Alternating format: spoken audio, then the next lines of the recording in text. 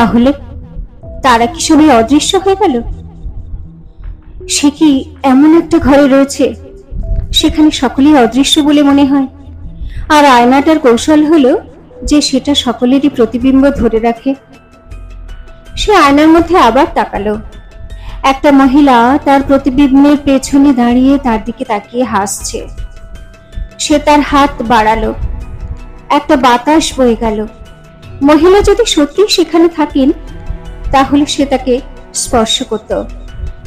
তাদের প্রতিবিম্বগুলো এত কাছাকাছি ছিল, কিন্তু সে শুধু বাতাসই অনুভব করলো। মহিলা ও অন্যদের প্রতিবিম্ব তখনও আয়নায়। মহিলা দেখতে খুবই সুন্দরী। তার ঘন লাল চুল আর চোখগুলো খনির মতো।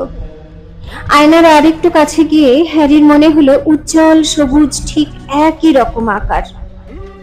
তারপরে সে লক্ষ্য করলো ভদ্রমহিলা কাঁদছেন। যে লম্বা রোগা কালো মানুষটা তার পাশে দাঁড়িয়েছিল, সে তার হাত দিয়ে মহিলাকে জড়িয়ে ধরেছিল। লোকটা চশমা পরেছিল, চুল ছিল অপরিষ্কার। সে পেছনে সেঁটে দাঁড়ালো, ঠিক হ্যারিরই মতো। এখন হ্যারি আয়নার এত কাছে যে নাক তার প্রায় স্পর্শ করছিল। মান, সে বলল, বাবা। তারা তার দিকে হাসি মুখে তাকালেন এবং ধীরে হ্যারি আয়নার অন্য লোকেদের মুখের দিকে তাকালো। ঠিক তার চোখের মতো একজোড়া নীল চোখ, তার নাকের মতো নাক। সে এমনকি একটা ছোট্ট মানুষকেও দেখলো যার ছিল তার মতো হাঁটু। হ্যারি জীবনে প্রথমবার তার পরিবারকে দেখেছিল। কুম্ভকারগুলো হ্যারির দিকে তাকিয়ে হাসলো ও হাত নাড়ল, আর সে ক্ষুধার্তের মতো তাদের দিকে তাকিয়ে থাকলো। সে তার হাত দুটো দিয়ে আয়নায় চাপ দিল। দেখে মনে হচ্ছিল সে ওদেরকে নিয়েই পড়েছিল আর তাদের কাছে পৌঁছতে চাইছিল। তার মধ্যে একটা বড় ধরনের ব্যথা ছিল, অর্ধেক আনন্দ অর্ধেক ভয় পাবার মতো দুঃখ। কতক্ষণ সে ওখানে ছিল সে জানতো না। প্রতিবিম্বগুলো ঝাপসা হয়ে গেল না, যতক্ষণ পর্যন্ত না দূর থেকে ভেসে আসা একটা আওয়াজ তার সম্বিত ফেরালো। ততক্ষণ পর্যন্ত সে আয়নায় দেখতে থাকলো। সে আর সেখানে থাকতে পারল না। তাকে আবার তার বিছানায় যাবার পথ খুঁজতে হলো। সে তার মায়ের মুখের প্রতিবিম্ব থেকে মুখ ফেরালো আর ফিসফিস করে বলল, আমি ফিরে আসবো, আমি ফিরে আসবো মা। বলে সে বিদ্যুৎ গতিতে ঘর থেকে বেরিয়ে গেল। রন বলল, তুমি আমাকে জাগাতে পারতে। আজ রাত্রে তুমি আসতে পারো। আমি ফিরে যাচ্ছি। আমি তোমাকে আয়নাটা দেখাতে চাই। রন ব্যস্ত হয়ে বলল, আমি তোমার বাবা মার সাথে দেখা করতে চাই। আমি তোমার পরিবারের সমস্ত সদস্যদের দেখতে চাই। রন বলল, যে কোনো সময় ওদের দেখতে পাবে। এই গ্রীষ্মের ছুটিতে আমার বাড়িতে চলে এসো। যাই হোক, হতে পারে আয়নাটা শুধু মৃত মানুষদেরই দেখায়। ফ্লামেলকে দেখতে না পেয়ে লজ্জা লাগছে। হ্যারি খেতে বসে কিছু খেতে পারল না। সে তার বাবা মাকে দেখেছে, আবার আজ রাত্রে দেখতে পারে। এর মধ্যে ফ্লামেলকে সে একদম ভুলে গেছে। তবে ব্যাপারটা আর তার কাছে খুব গুরুত্বপূর্ণ নয়। 3 মাথাওয়ালা কুকুরটা কাকে পাহারা দিচ্ছে তা নিয়ে কে মাথা ঘামায়। স্নেপ যদি কিছু চুরি করে থাকে কি বা এসে যায়। রন বলল, তুমি ঠিক আছো তো? তোমাকে অন্যরকম দেখাচ্ছে। যে ভয়টা হ্যারি সব থেকে পাচ্ছিল সেটা হলো সে হয়তো আর আয়নার ঘরটা দেখতে পাবে না। রন আপাদমস্তক আলখাল্লায় মোড়া ছিল। পরের রাত্রিটা তাদের আরো আস্তে আস্তে হাঁটার দরকার ছিল। লাইব্রেরি থেকে হ্যারির গতিবিধির রাস্তাটা খুঁজে পাওয়া যায় কিনা এই বিষয়ে তারা অনিশ্চিত ছিল। রন ঠান্ডায় কাতর হয়ে পড়েছিল। সে হ্যারিকে বলল, ভুলে যাওয়া যাক, চলো চলো ফিরে যাই। হ্যারি বলল, আমি জানি ওটা এখানেই কোথাও আছে। অবশেষে ঘরের দরজাটা খুলে দেখলো। হ্যারি কাঁধ থেকে আলখাল্লাটা খুলে মাটিতে রেখে আয়নার কাছে দৌড়ে গেল। সেখানে তারা ছিল। তাকে দেখে তার বাবা মা আনন্দে উল্লসিত হলো। দেখো, হ্যারি বলল, আমি কিছু দেখতে পাচ্ছি না।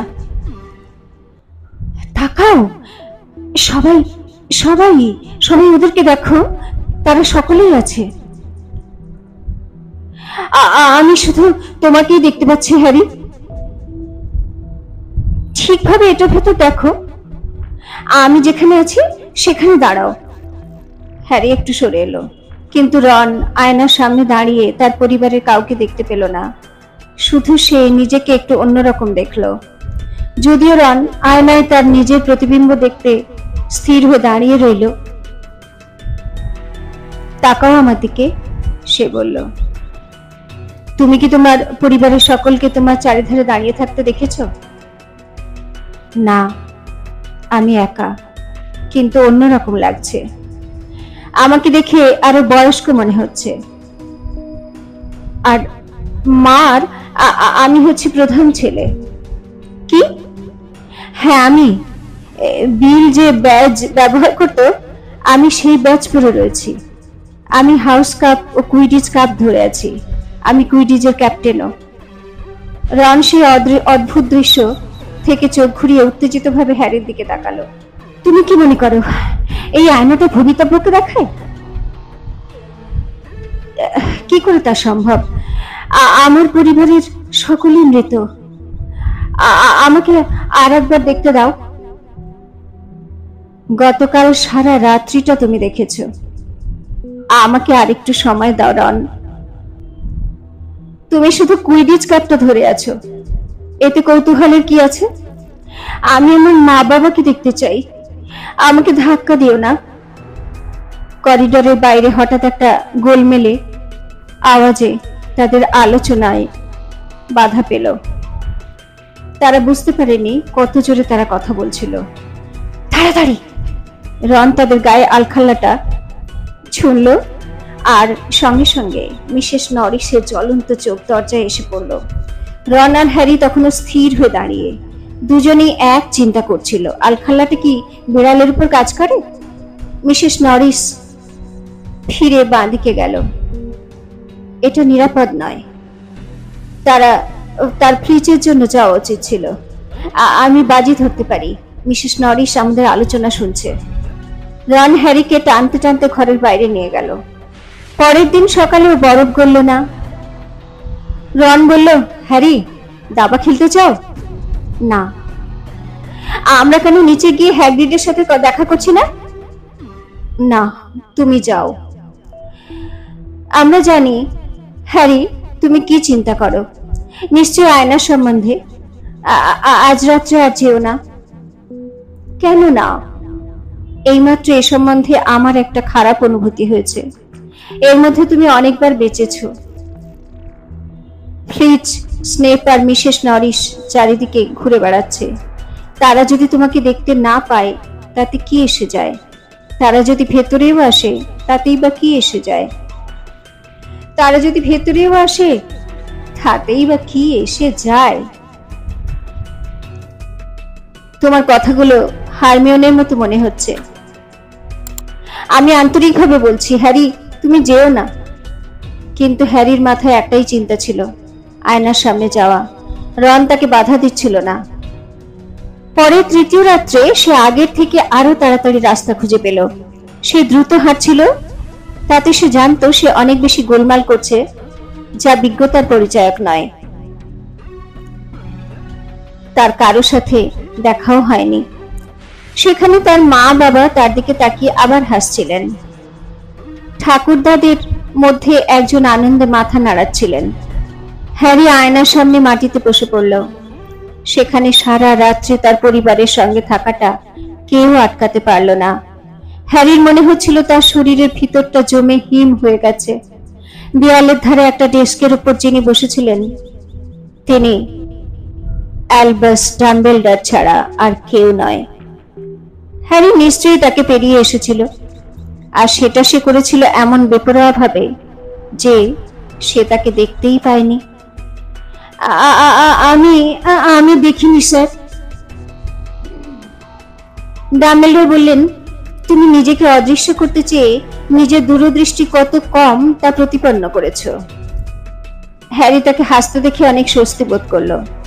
ডাম্বেলডোর ডেস্ক থেকে নিচে নেমে হ্যারির সাথে মেঝেতে বসে বললেন, আগের অনেকের মতো তুমিও এই শ্যাডো আয়নার রহস্য উদ্ঘাটন করেছো। স্যার, আমি এটা জানতাম না,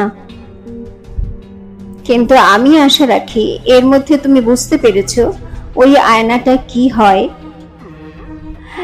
ওটা আমার পরিবারের সবাইকে দেখায়, আর ওটা ওটা তোমার বন্ধু রনকে প্রধান ছেলে হিসেবে দেখিয়েছে। আপনি কিভাবে জানলেন? নিজেকে অদৃশ্য করার জন্য আমার আলখাল্লার দরকার নেই, ডাম্বেলডোর বললেন। এখন তুমি কি চিন্তা করতে পারো? এরিসেডের আয়না আমাদের সকলকে কি দেখিয়েছে? হ্যারি মাথা নাড়ল। আমাকে ব্যাখ্যা করতে দাও। পৃথিবীর সব থেকে সুখী মানুষ এরিসেডের আয়নাকে সাধারণ আয়না হিসেবে ব্যবহার করতে পারবে, অর্থাৎ সে তার মধ্যে দেখলে স্বাভাবিকভাবে নিজেকে দেখবে, সে যেমন আছে তেমনই। হ্যারি চিন্তা করে ধীরে ধীরে বলল, এটা দেখায় আমরা কি চাই? ডাম্বেলডোর ধীরে ধীরে ঘাড় নেড়ে একবার বললেন হ্যাঁ, আর একবার বললেন না। তার মতে এই আয়না আমাদের হৃদয়ের সব থেকে গভীর, সব থেকে বেপরোয়া আকাঙ্ক্ষার কম বেশি ছাড়া আর কিছুই দেখায় না। তুমি কখনো তোমার পরিবারকে জানোনি, তাদের তোমার সামনে দাঁড় করিয়ে দেখো। রোনাল্ড উইসলি সেও নিজেকে একা দাঁড়িয়ে থাকতে দেখেছে।